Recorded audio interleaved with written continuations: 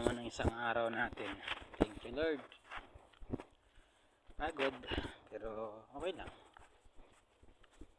Part talaga ng buhay natin, maranas tayo ng pagod, lalo na kapag may ginagawa tayo.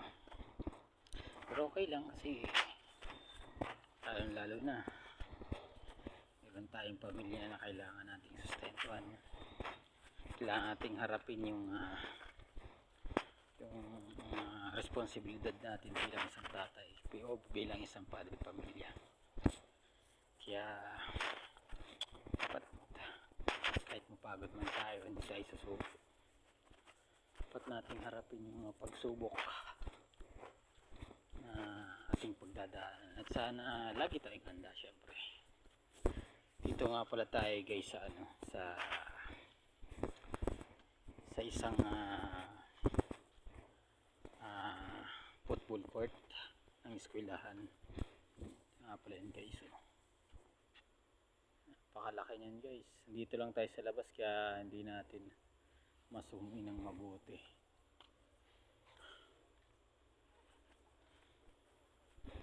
Dito tayo.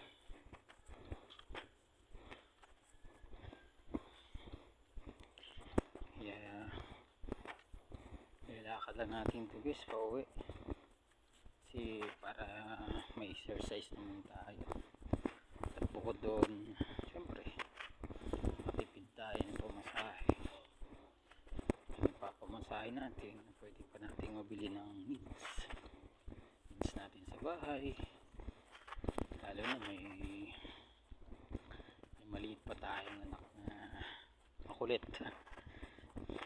Napakakulit, ubod ng kulit. Pero thankful ako kasi syempre it's a blessing para sa atin, sa ating mga tatay. Blessing magkaroon ng anak.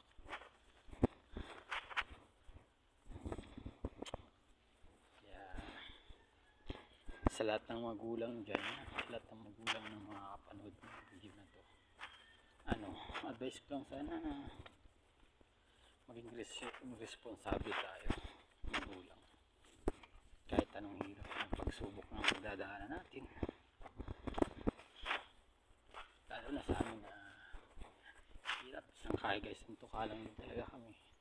Lalo na yung trabaho, hindi naman ganun ka ayos, pero at least kahit pa paano ibibigay natin yung simpleng pangangailangan ng ating pamilya.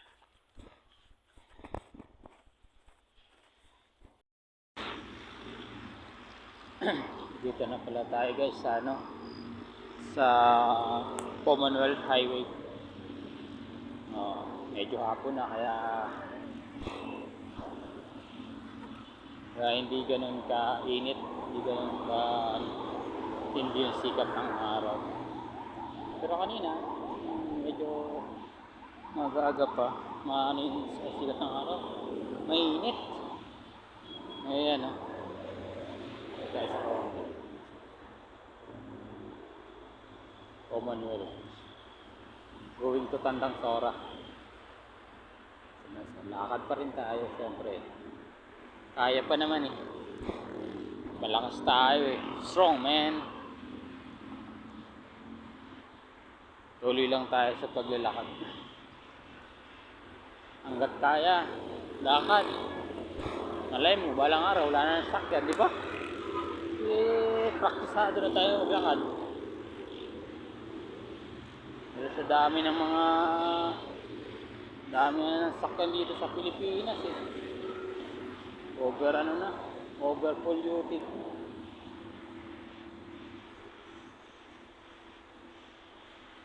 Mas kung may oportunidad lang na maganda sa probinsya, talagang mas maganda pang manirahan sa probinsya kaysa dito sa syudad. Alam kasi nandito syempre yung natin, hanap buhay. Dito mas mabilis kumita ng pera, lalo na sa tulad ko, sa tulad natin na wala namang magandang pagkakakitaan sa probinsya, walang sariling lupain. Sa probinsya, pag wala kang sariling lupain, wala nga ka. Kahit anong sipag mo.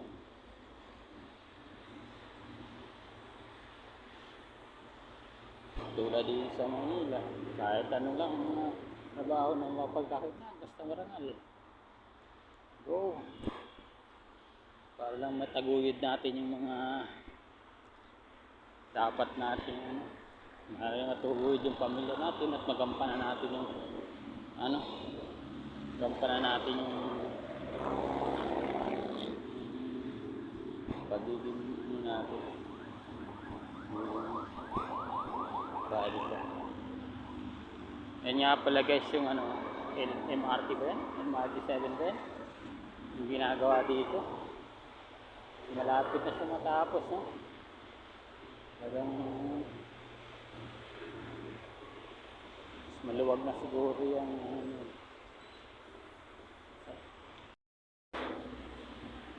Ito nga, medyo maaraw na guys. Ipakita na yung haring araw. Kung mapapansin nyo sa likod ko. Yan yung araw. Yan. Sa harap natin. Sikat na yung araw. Tayo. Init. Mainit na nga. Talaga.